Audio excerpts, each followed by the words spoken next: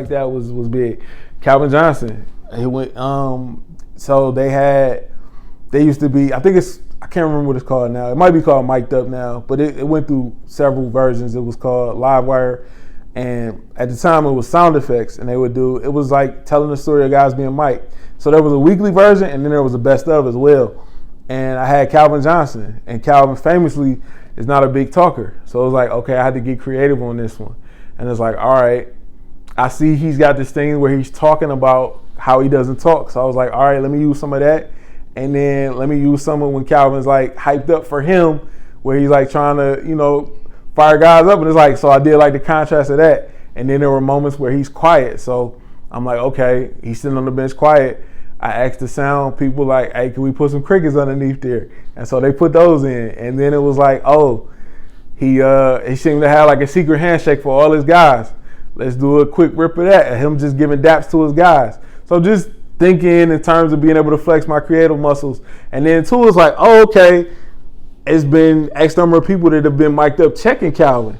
So it's like, okay, I can tell the story of somebody trying to defend Megatron. And you see that, and it's a quote I actually come back to. Malcolm Jenkins, who was with the Eagles and the Saints, he was on and the Lions lost the game, but it was in the playoffs. I think Calvin went for like 200 something yards, and I know it's nuts. And so Malcolm Jenkins is on the bench, and he's like, "Just gotta weather the storm, dog." And that's like, I'll say that to myself if I'm like dealing with something. Like, you just gotta weather the storm, because it's a clip with Calvin, like he lowers his shoulder, like just press through them guys, and it's just like, man, that dude is alone. But I was able, and that was a 22 minute, that was a half-hour program, 22 minutes that I was able to like put together myself. And oh, sweet. Yeah, and it's on YouTube, and so like just being able to like when I'm applying for stuff, like submitting it, and it's just like, man, I can just go right there and send it. It was actually somebody I was messaging with on Instagram, and he does graphics, and he had done like a Calvin thing, and I was like, oh man, I was like, that's sweet.